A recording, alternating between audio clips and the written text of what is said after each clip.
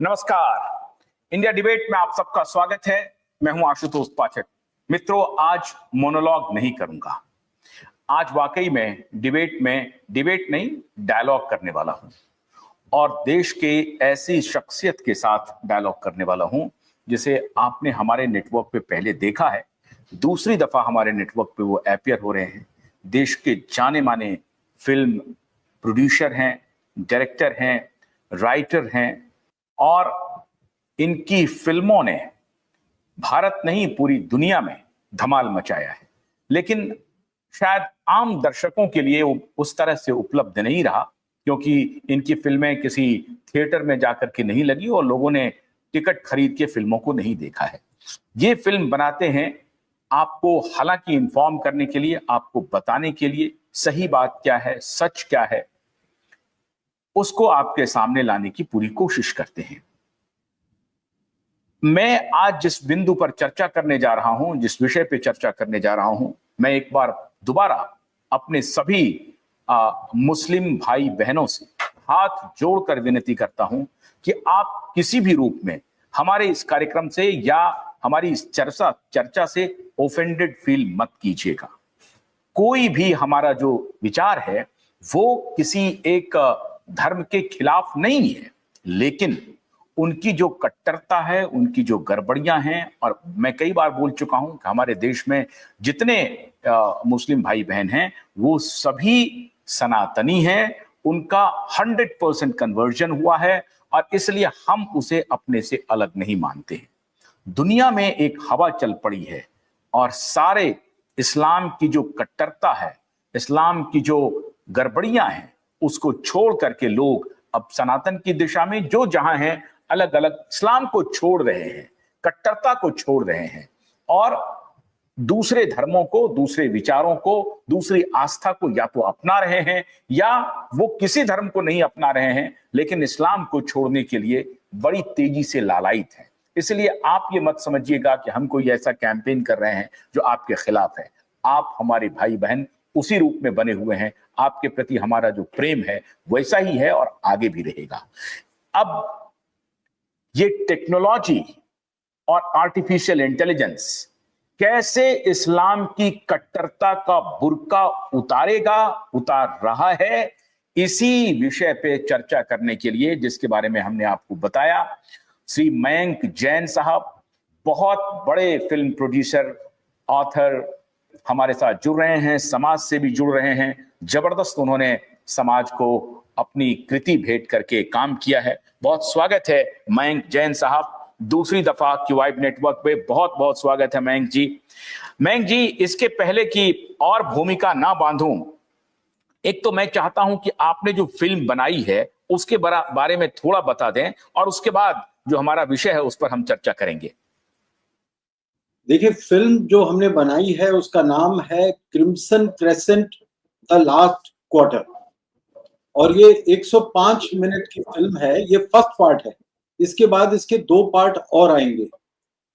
और बेसिकली मैंने 20 साल पहले एक फिल्म बनाई थी, उसका नाम था Bangla crescent ISI madrasas and infiltration. वो 20 साल पहले बनाई थी और आदरणीय KPS गिल जी ने उसको रिलीज किया था। उनके साथ थे RK ओरी साहब और प्रकाश सिंह जी, जो कि BSF के चीफ रह चुके हैं। तो बहुत अच्छा हमको रिस्पांस मिला था। उसमें हमने एक्सपोज किया था, क्योंकि हमको ये बताया जाता था बार बार कि जी हिंदूज जो हैं वो तो कम्युनल हैं और जो इस्लाम है वो सेकुलर है।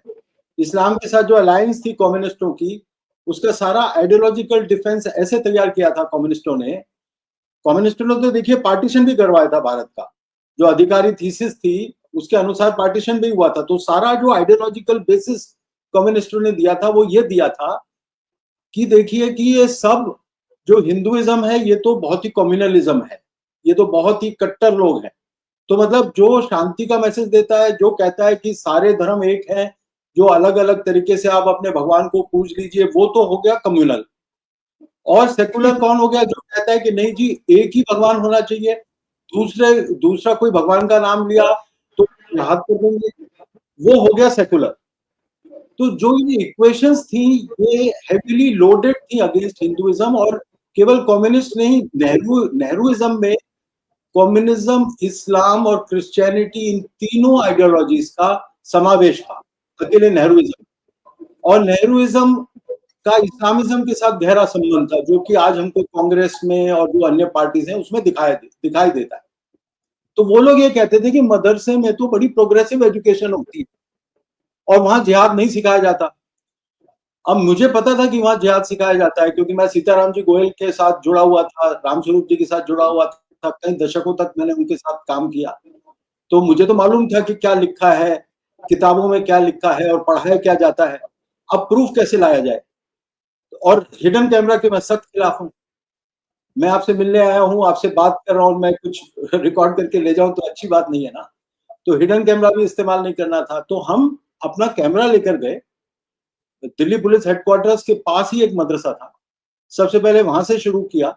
वहां हमने इंटरव्यूज लिए बच्चों के, टीचर्स के, बड़े प्यार से उन्होंने हमको जवाब दिए, और बड़े ईमानदार होते हैं वो, अपनी जिन चीजों को मानते हैं, मदरसे में जो पढ़ाने वाला है और जो बच्चे होते हैं, बड़ी ईमानदारी से अपनी बात को वो मानते हैं खुद और बोलते भी हैं। तो उन्होंने बता दिया सब कुछ कि जो होता है कि जो हमारे अल्लाह को नहीं मानता, जो अल्लाह को नहीं मानता कि वो एक ईश्वर है, एकमात्र ईश्वर है, और जो उसको काफिर कहते हैं, और उसको हम दावत देते हैं, काफिर को दावा कहते हैं, उसको वो लोग दावत देते हैं कि आप आइए, इस्लाम कबूल करिए। अगर वो दावत को स्वीकार नहीं करते हैं तो फिर जिहाद का ऐलान होता है। तो इतनी सी बात है कि अगर हिंदू दावत स्वीकार कर लें तो जिहाद नहीं होगा। तो ये मैंने सोचा कि शायद ये केवल इसी मदरसे में पढ़ाया जाता होगा। उसके बाद मैं चला गया बंगाल बॉर्डर पे, बंगाल बॉर्डर पे वेस्ट बंगाल की तरफ, वहां पे भी मुझे मदरसे दिखाई दिए। कई मदरसों में मैं गया, रास्ते में हाईवे पे जो मदरसे आ रहे थे, जो हार्डली 50 किलोमीटर दूर थे इंटरनेशनल बॉर्डर से, वहां मैंने इंटरव्यूज लिए, और ठीक बॉर्डर पे भी लिए, इंटरनेशनल बॉर्डर पर, वहां पर ठीक बॉर्डर पर मदरसे और घर बने हुए हैं। पीछे का घर बांग्लादेश में खुला हुआ है, आगे आगे की तरफ का घर इंडिया में खुला हुआ है। वो सब हमने दिखाया है उसमें फिल्म में। बड़े बड़े दुख की बात है, बड़े दुख की बात है। और उससे ज्यादा बड़े दुख की बात यह है कि जो हमने दिखाया था कि इन्फिल्ट्रेशन हो रहा है असम में, बंगाल में और बाकी भारत में, तो उस वक्त जो फिगर्स थी task force on border management की, जो फिगर्स थी अबाउट 2 करोड़ की, वो फिगर अभी तक अपडेट नहीं हुई है। और दूसरा जो है, कोई बहुत बड़ी मुहिम अभी तक छिड़ नहीं पाई है बांग्लादेशी इन्फिल्ट्रेटर्स को निकालने की। तो बड़े दुख के साथ मुझे कहना पड़ता है कि मेरी जो 20 साल पुरानी वाली फिल्म है वो भी आज उतनी ही वैलिड है जितनी आज वाली है, क्योंकि ना तो मयंक जी, जब आप दिल्ली के मदरसे से निकले और बंगाल और बांग्लादेश के बॉर्डर वाले मदरसे को भी देखा, हाईवेज के आसपास जो मदरसे थे वहां भी गए, तो कई राज्य होते हुए आप गए, मतलब उत्तर प्रदेश में भी गए होंगे, बिहार को भी आपने क्रॉस किया होगा। तो सारे मदरसे में जो पढ़ाई का ट्रेंड था वो एक समान था कि हम दावत देते हैं, आप आइए, इस्लाम कबूल कीजिए, और जैसे ही वो दावत हमारा स्वीकार करता है तो फिर उसके खिलाफ ये जिहाद शुरू हो जाता है। देखिए, इसमें कोई भी कोई दो राय नहीं है, क्योंकि मदरसे का सिलेबस वही है। इस बार हमने जो नई फिल्म बनाई है क्रिम्सन क्रेसेंट, उसमें देवेंद्र मित्तल जी ने जिस तरह से सिलेबस निकालकर बहुत अध्ययन करके उन्होंने एक पुस्तक लिखी थी, उस पुस्तक में सिलेबस है मदरसों का, और दारुल उलूम की पुस्तकों में भी, दारुल उलूम देवबंद की पुस्तकों में भी सिलेबस है। वो सारी पुस्तकें मेरे पास हैं, और वो कुरान के हिसाब से चलते हैं, हदीस के हिसाब से चलते हैं। तो इसलिए सिमिलैरिटी तो होगी, चाहे आप सीरिया का मदरसा देख